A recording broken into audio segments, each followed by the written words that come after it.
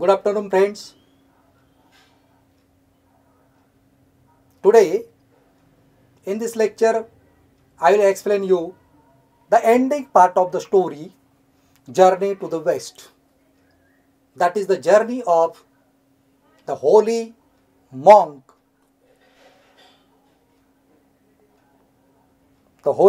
of China, that is Yuan Chong, from China to India. And you all know, you all remember that it is an epic novel, and we are studying the part of the epic novel, that is the story of Journey to the West, the journey of the holy monk Yuan Chong, that is the Chinese monk who had a dream to gather the Buddhist scriptures from India and take them with him to the China. That was Yuan Chong's dream. And while fulfilling the dream, for fulfilling his dream, he had to travel from China to India. And it wasn't modern traveling. It was the traveling in those days when there were no modern traveling tools are available. त्या काळामध्ये आजची अत्याधुनिक दळणवळणाची साधनं उपलब्ध नव्हती. म्हणून 17 दीर्घ वर्षांपर्यंत युआन चॉंगनं तो प्रवास केला, भारतामध्ये आला आणि भारतातून तो ते बुद्धिस्ट स्क्रिप्चर घेऊन होमलँड म्हणजे चायनामध्ये गेला. या स्टोरीमध्ये जो खडतर प्रवास त्यानं केला, त्या खडतर प्रवासामध्ये त्याचे जे 3 शिष्य होते, ज्यांच्यावरती दयेच्या देवतेनं म्हणजे ग्वानिन डेटीनं एक जबाबदारी सोपवली होती, त्यांना संधी दिली होती. त्यातला सगळ्यात पॉवरफुल होता सन वुकॉंग, द मंकी किंग. त्याची काय पॉवरफुल सुपरनॅचरल पॉवर्स त्याच्यामध्ये काय होते आपण आपल्या मागच्या लेक्चरमध्ये बघितलं. Now in this story, in this lecture, we are going to see the end part of the story. Then look, I will explain you again, and you have to listen carefully and you have to observe the lines in your textbook. The monkey king, then the monkey king just tucks it away behind his ear. आपण आपल्या मागच्या लेक्चरमध्ये बघितलं की जो एक सोन्याचा पट्टा असलेला सोटा जो मंकी किंगकडे होता, सन वुकांगकडे होता, त्याचं रूपांतरण तो आकाशाला आधार देण्या एवढ्या सोट्या एवढं किंवा स्तंभ एवढं करायचा आणि दुसऱ्या बाजूला एका छोट्या निडल एवढं करायचा. तर तिथून पुढे ते आपल्याला सांगतोय, then the monkey king just tucks it away behind his ear. जेव्हा त्या सोट्याचं रूपांतर तो छोट्याशा निडलमध्ये करायचा, तेव्हा ती सहज त्याच्या कानाच्या पाठीमागे जशी लोक काडी वगैरे किंवा काही कानाच्या वरती पेन्सिल वगैरे ठेवून देतात, तसं तो गोल्डन पट्टा असलेला जो सोटा होता, कॅजल होता, तो त्याच्या कानाजवळ तो निडल सारखं रूपांतर केल्यावर इथं कोचून द्यायचा. Sun Wukong can travel thousands of kilometers in just one somersault. एका कोलांट उडीमध्ये सन वुकॉंग हजारो किलोमीटरचा प्रवास करायचा. काय म्हटलंय की एका कोलांटुडी माहिती तुम्हाला, सॉमरसॉल्ट, एका कोलांटुडीमध्ये हा Sun Wukong through his super natural powers, दैवी शक्तीने तो हजारो किलोमीटरचा प्रवास करायचा. He can walk through fire, travel under the water and fly to any place at will. तो आगीमधून प्रवास करायचा, आगीमधून तो चालू शकायचा, तो पाण्याच्या खालूनही तो प्रवास करू शकायचा आणि त्याच्या इच्छेनुसार तो कुठल्याही ठिकाणी तो हवेमधून उडत तो कुठल्याही ठिकाणी इच्छित स्थळी तो पोहोचायचा. एका कोलांटुडीत हजारो किलोमीटर.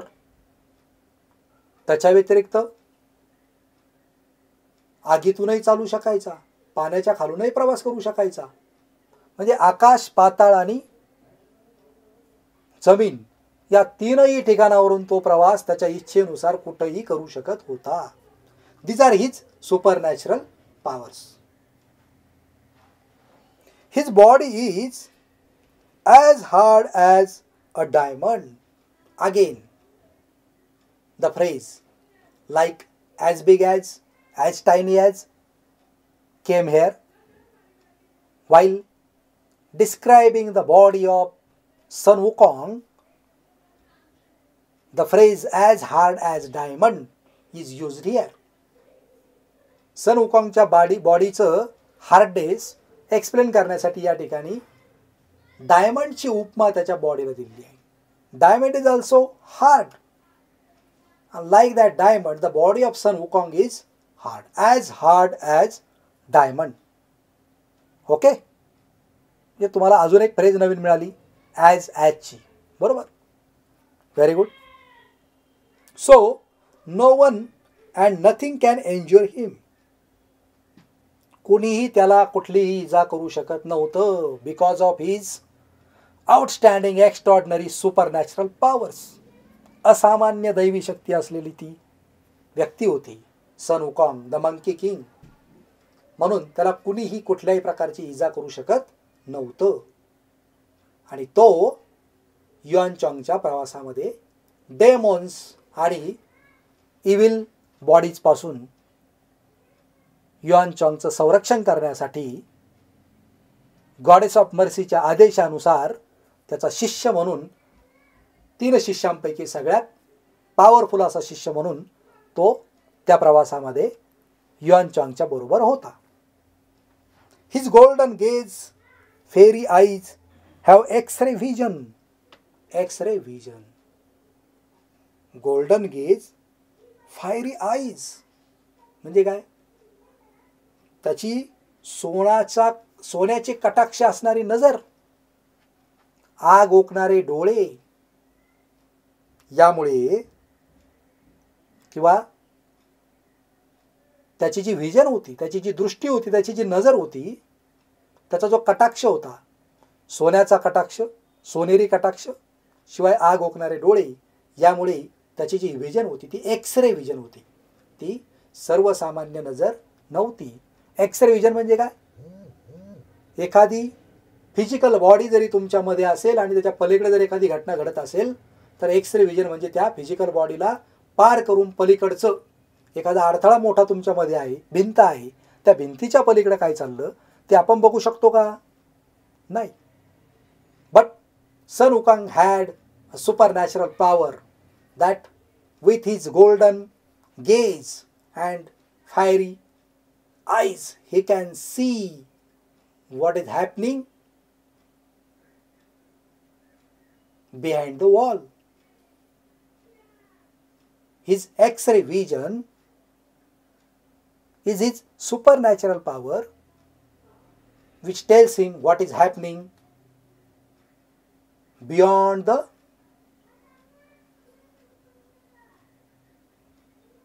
Visible things. म्हणजे त्याच्या समोर असणाऱ्या, जसा आपल्या भगवद्गीतेमध्ये धृतराष्ट्राला संजय युद्धभूमीवरती नेमकं काय चाललं हे दिव्य दृष्टीनं सांगायचा, तशी दिव्य दृष्टी या सन वुकॉंगकडे देखील होती. तशी दिव्य दृष्टी एक्स-रे व्हिजन किंवा सुपरनॅचरल व्हिजन सन वुकॉंगकडे देखील होती. No one can deceive him. आणि म्हणून सन वुकॉंगला कुणीही फसवू शकत नव्हतं. Sun Wukong is brave and intelligent but he is also a trickster. असा हा सन वुकॉंग अत्यंत शूर होता, ब्रेव होता, इंटेलिजंट होता, हुशारही होता.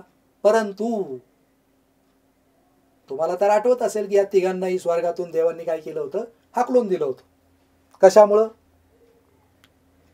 त्यांच्या काही सवयींमुळं. हा देखील ट्रिकस्टर होता. What is trickster? फसवणूक करणारा, लुच्चा. जरी याच्याकडे एवढ्या सगळ्या शक्ती होत्या, सुपरनॅचरल पॉवर होते, तरी याच्यामध्ये देखील थोड्याफार प्रमाणामध्ये डेमोन होता, राक्षसी प्रवृत्ती त्याच्यात होती. तो देखील ट्रिकस्टर होता. त्याच्या पॉवरचा वापर चांगल्या कामासाठी करण्याच्या ऐवजी कधी कधी तो वाईट कामांसाठी देखील करायचा. तो काय होता? ट्रिकस्टर होता. He loves to have fun. त्याला गंमत जम्मत करणं, कुणाची खिल्ली उडवणं, कुणाची त्याच्या सुपरनॅचरल पॉवर थ्रू छळ करणं त्याला आवडायचं. And some of his super powers help him to just that. आणि अशा प्रकारचा छळ करण्यासाठी, कुणाची गंमत करण्यासाठी, कुणाची खिल्ली उडवण्यासाठी त्याची जी सुपरनॅचरल पॉवर्स होत्या ज्या आपण बघितल्या, त्याची त्याला मदत व्हायची, त्याचा तो उपयोग करायचा. He has a vase which can suck in anything or anyone. त्याच्याकडे एक असं पात्र, भांड होतं, व्हेस, की ते भांड कुठल्याही वस्तूला, व्यक्तीला खेचून घ्यायचं किंवा शोषून घ्यायचं, गायब करायचं. It was also the part of his supernatural power. The magical vase, एक जादूचं भांड. He can simply point at a lock and open it. एखाद्या ठिकाणी जर कुलूप असेल, दरवाजा लॉक असेल, तर तो साधं तिकडं अंगुली निर्देश म्हणजे नुसतं बोर्ड दाखवून देखील तो त्या लॉकला उघडून टाकायचा. All these are the supernatural powers of Sun Wukong, one of the disciples of Yuen Chang. He is very, very quick and can grow very big and very tiny at a blink. तो एवढा fast होता, एवढा तत्पर होता की डोळ्याची पापणी लावण्याच्या आत तो कितीतरी मोठा आकार धारण करायचा किंवा अचानक कितीतरी छोटा आकार धारण करायचा. एवढे सगळे सुपरनॅचरल पॉवर्स या सन वुकॉंग किंवा द मंकी किंग मध्ये होते. You can imagine how he must have teased his enemies using the tricks. तुम्ही कल्पना करू शकता की युएन चांगचं त्याच्या मार्गातले अडथळे दूर करताना, त्याला प्रवासामध्ये मदत करताना सन वुकॉंगने त्याची सुपरनॅचरल पॉवरचा वापर करून त्यानं किती लोकांना, किती त्याच्या शत्रूला, एनिमीजला किती खिजवलं असेल, किती त्यांची खिल्ली उडवली असेल, किती त्यांना त्रास दिला असेल. Because he has various magical and supernatural powers. We have seen all of them. Okay? Now see the word trickster. One who plays tricks. जो ट्रिक्स प्ले करतो असा लुच्चा, फसवणूक करणारा माणूस म्हणजे ट्रिकस्टर. Though having supernatural powers, Sun Wukong also was a trickster. Okay? Next, on page number 21. And I think the last para of the story I will explain you. If you want to read about the adventures that Sun Wukong and his companions had on the way, you will find the stories in English translation of Journey to the West. जर तुम्हाला या सन वुकॉंगच्या adventurous story जाणून घ्यायच्या असतील, त्याच्या supernatural पॉवरनं त्या ज्या ज्या काय त्यानं गोष्टी त्या जर्नीमध्ये घडवल्या, त्याच्या शत्रूची खिल्ली उडवली, त्यांचा पराभव केला, त्यांना मात दिली, त्या स्टोरी जर तुम्हाला वाचायच्या असतील तर जर्नी टू द वेस्ट या चायनीज इपिक नॉव्हेलचं इंग्लिश ट्रान्सलेशन जे आहे ते तुम्ही नक्की वाचलं पाहिजे. Okay. Some of the stories have also been turn into films.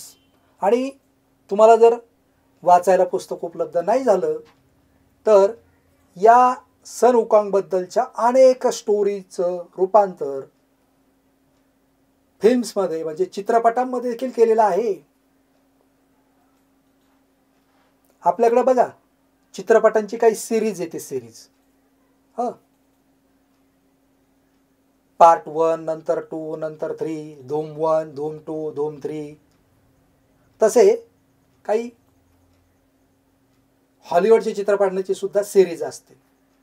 तसं या सन वुकॉंगच्या स्टोरीजची जे काय फिल्म्स बनवल्या गेल्या त्याची देखील काय आहे, सिरीज आहे.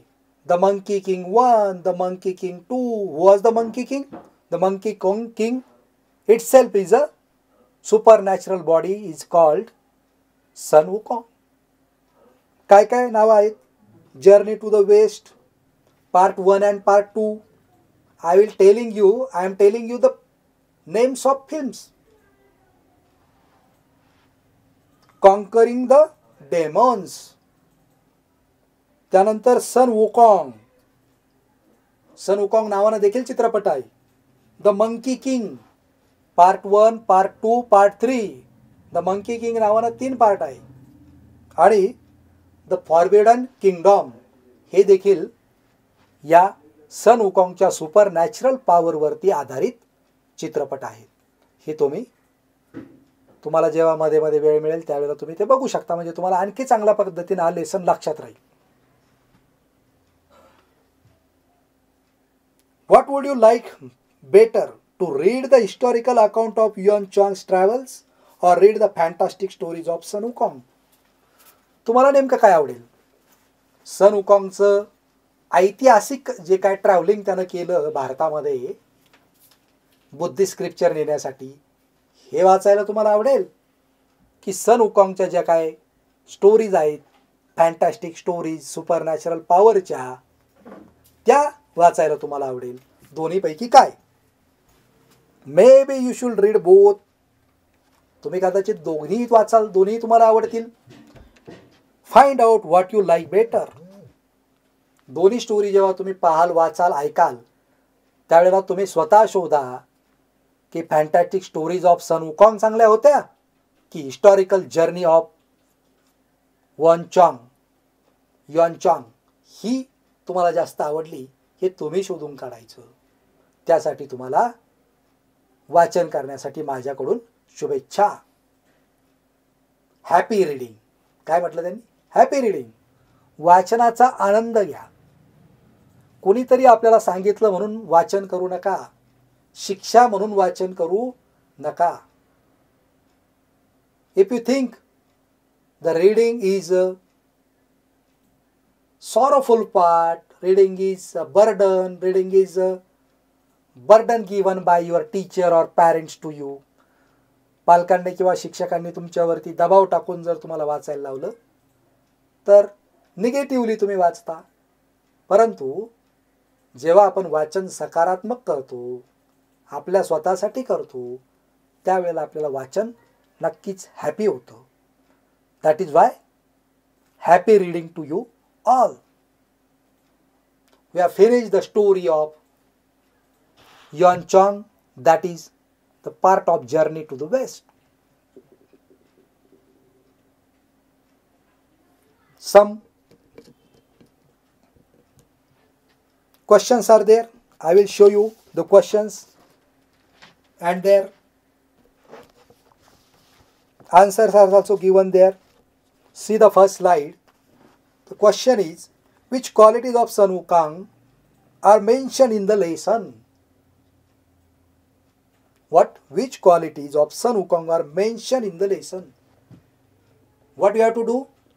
You have to read the lesson carefully and you have to find out the mentioned qualities and which qualities are not mentioned in the lesson. Okay? This is the task for you. This is the homework for you.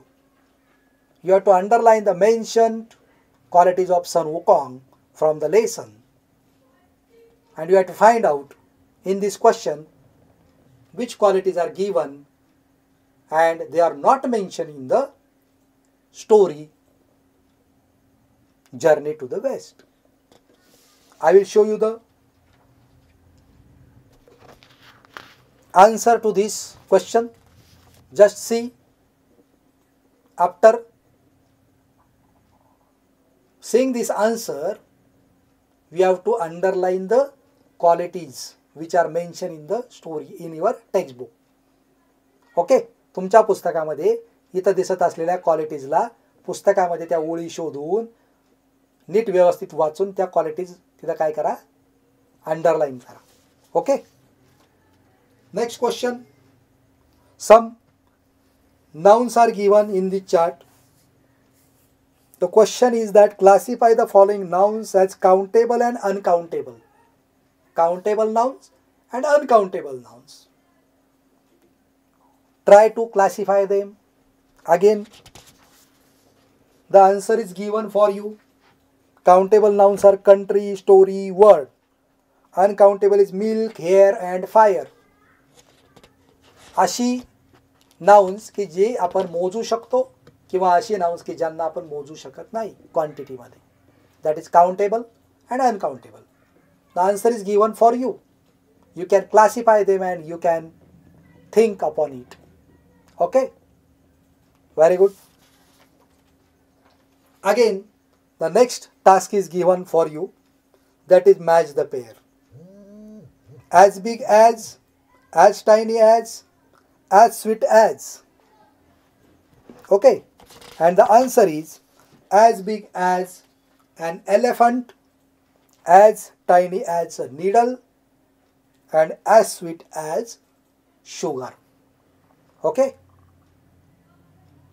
in our lesson also we have seen three phrases like this: as big as tiny as hard as. Okay, we have to find them out and write down in your notebook. Okay, we have seen in the story the nicknames or the second names of three disciples of Yuan Chang. The question is given to you.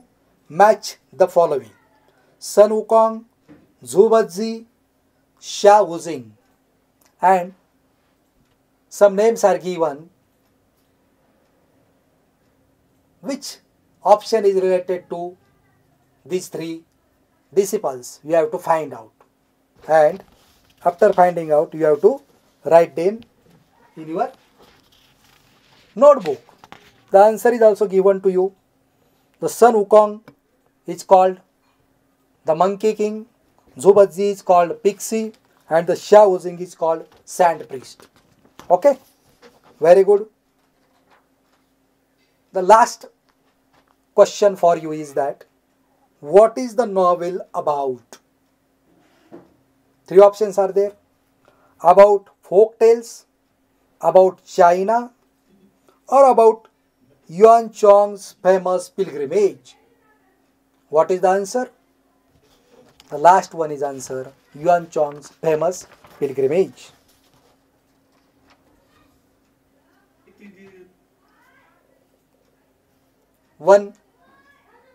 Another question, last question for this lecture. Yuan Chang wanted to take Buddhist scripture from where to which place? The answer is China to India or India to China. He came from China to India, but he wanted to take Buddhist scriptures from India to China. That is why the second option is the answer: India to China. Okay, then we have seen all this story in 4 or 5 lectures by doing various part of the story. I think you have understood this. I think so, but we have to read it again and again. We have to find out the new vocabulary. You have to memorize the vocabulary you have written in your notebook. Whatever the task given in English workshop under this lesson, you have to complete it.